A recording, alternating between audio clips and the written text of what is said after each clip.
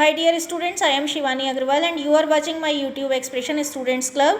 CCS university का history of Indian literature यानी BA final year के हिस्ट्री के स्टूडेंट्स के लिए A416 का 2020 का क्वेश्चन पेपर सॉल्यूशन सहित ले रहे हैं। सॉल्यूशन हमने बहुत अच्छे से सॉल्व करे हैं, आप देखते जाइए, सुनते जाइए, सीखते जाइए। पहला प्रश्न है, कौन सी इमारत सर एडविन लुटियन के द्वारा डिज़ाइन नहीं की गई थी? तो देखिए, जो बॉम्बे उच्च न्यायालय है वो एडविन लुटियन ने डिज़ाइन नहीं किया था, तो फिर किसने किया था? बॉम्बे उच्च न्यायालय गिलबर्ट स्कॉट ने डिज़ाइन किया था। गिलबर्ट स्कॉट ने डिज़ाइन किया था। सर एडविन लुटियन जो हैं उन्होंने दिल्ली भी डिज़ाइन किया था, और वो कौन थे? ब्रिटिश आर्किटेक्ट थे, यानी ब्रिटिश आर्किटेक्ट थे वो। तो जो एडविन लुटियन है उन्होंने दिल्ली डिज़ाइन करा था, इंडिया गेट डिज़ाइन किया था, वायसराय का घर यानी राष्ट्रपति भवन और हैदराबाद डिज़ाइन किया था, जबकि बॉम्बे उच्च न्यायालय गिलबर्ट स्कॉट ने डिज़ाइन किया था। सेकंड प्रश्न है, किस विश्वविद्यालय में निर्देशों का माध्यम अंग्रेजी के स्थान पर उर्दू रखा गया? तो देखिए, उस्मानिया विश्वविद्यालय वो पहला विश्वविद्यालय था भारत का जिसने निर्देशों का माध्यम अंग्रेजी के स्थान पर उर्दू रखा। उस्मानिया विश्वविद्यालय की स्थापना 1918 में हुई थी। हैदराबाद के निजाम मीर उस्मान द्वारा कराई गई थी, और ये भारत का तीसरा पुराना विश्वविद्यालय है, तीसरा सबसे पुराना विश्वविद्यालय है। तो बहुत सारे फैक्ट आपको मिल रहे हैं यहाँ पर इस वीडियो में।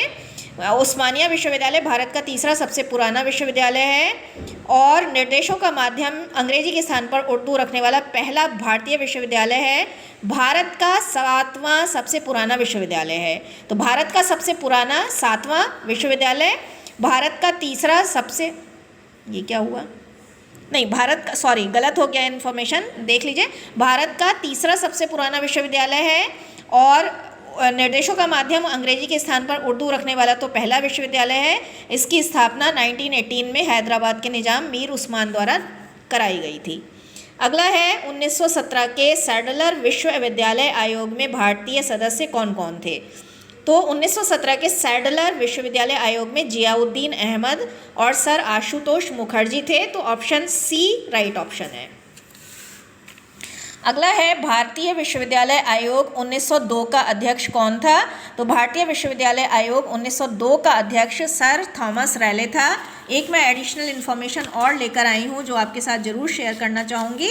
ये है, शिमला सम्मेलन हुआ था 1901 में लॉर्ड कर्जन की अध्यक्षता में शिमला में। तो लॉर्ड कर्जन की अध्यक्षता में शिमला सम्मेलन हुआ था शिमला में 1901 में। लेकिन इस सम्मेलन में जो है उच्च शिक्षा से संबंधित सारे अधिकारी थे। तो इस सम्मेलन में पारित प्रस्तावों की बहुत तीखी आलोचना हुई थी।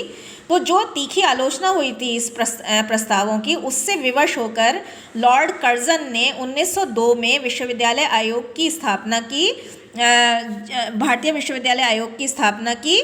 तो उसकी अध्यक्षता जो है थॉमस रैले की अध्यक्षता में उस विश्वविद्यालय आयोग की स्थापना की गई थी। तो फिर से देख लीजिए, 1901 में शिमला सम्मेलन हुआ था। शिमला सम्मेलन जो हुआ था वो लॉर्ड कर्जन की अध्यक्षता में हुआ था, और शिमला सम्मेलन में जो प्रस्ताव पारित किए गए थे उनकी काफ़ी तीखी आलोचना हुई थी। तो उससे विवश होकर लॉर्ड कर्जन को भारतीय विश्वविद्यालय आयोग की स्थापना 1902 में करनी पड़ी। उसके अध्यक्ष सर थॉमस रैले थे। अगला प्रश्न है, 1781 में कलकत्ता मदरसा की स्थापना किसने की? तो 1781 में कलकत्ता मदरसा की स्थापना वारेन हेस्टिंग्स ने की। इसकी स्थापना, कलकत्ता मदरसे की स्थापना मुस्लिम शिक्षा को बढ़ावा देने के लिए की गई थी। शांति निकेतन पश्चिमी बंगाल के किस जिले में स्थित है? तो बीरभूमि में स्थित है। जिला बीरभूमि और बोलपुर के पास है। आपको पता है कि शांति निकेतन विश्वगुरु रविंद्रनाथ टैगोर ने स्थापित कराया था। 1921 में इसे जो विश्व भारती की उन्होंने रविंद्रनाथ टैगोर ने विश्व भारती की संस्थापना 1901 में की थी, और विश्व भारती को 1921 में राष्ट्रीय विश्वविद्यालय का दर्जा मिला था। तो शांति निकेतन जो है वो वीरभूमि बोलपुर में है।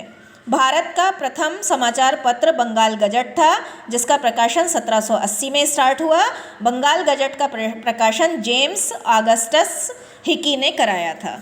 James Augustus Hicky. अगला है, कौन सा हड़प्पन स्थल सही से सुमेलित नहीं है, यानी सही से मैच नहीं किया गया है। तो देखिए मोहनजोदड़ो में बड़ा अन्नागार मिला है, यानी अन्न का रखने का भंडार गृह। लोथल गोदीवाड़ा में है। कालीबंगा में जुते हुए खेत मिले हैं। जबकि सुत का गेंद जो है, सुत का गेंद डोर जो है वो बंदरगाह था, स्नानागार नहीं था। तो सुत का गेंद डोर बंदरगाह था हड़प्पा सभ्यता का। अगला है निम्न में से कौन मुद्रा से संबंधित है? तो द्रम शब्द जो है वो मुद्रा से संबंधित है। चांदी का एक प्राचीन सिक्का होता था और द्रम शब्द का प्रयोग, यानी चांदी की एक मुद्रा जो है, चांदी का एक प्राचीन सिक्का जो है, लीलावती ग्रंथ में इसके बारे में जिक्र हुआ है प्रश्नों को निकालने के लिए। अगला है खारवेल के हाथी गुफा अभिलेख में किनका उल्लेख है? तो खारवेल के हाथी गुफा अभिलेख जो है पहले प्रशस्ति अभिलेख है। प्रशस्ति का मतलब जिसमें प्रशंसा की जाती है।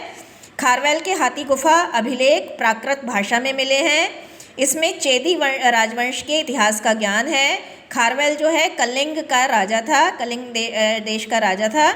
और खारवेल के हाथी गुफा अभिलेख जो है उदयगिरी पहाड़ी उड़ीसा भुवनेश्वर में है। तो देखिए कितने सारे प्रश्न हो गए। खारवेल के हाथी गुफा जो है वो पहला प्रशस्ति अभिलेख है।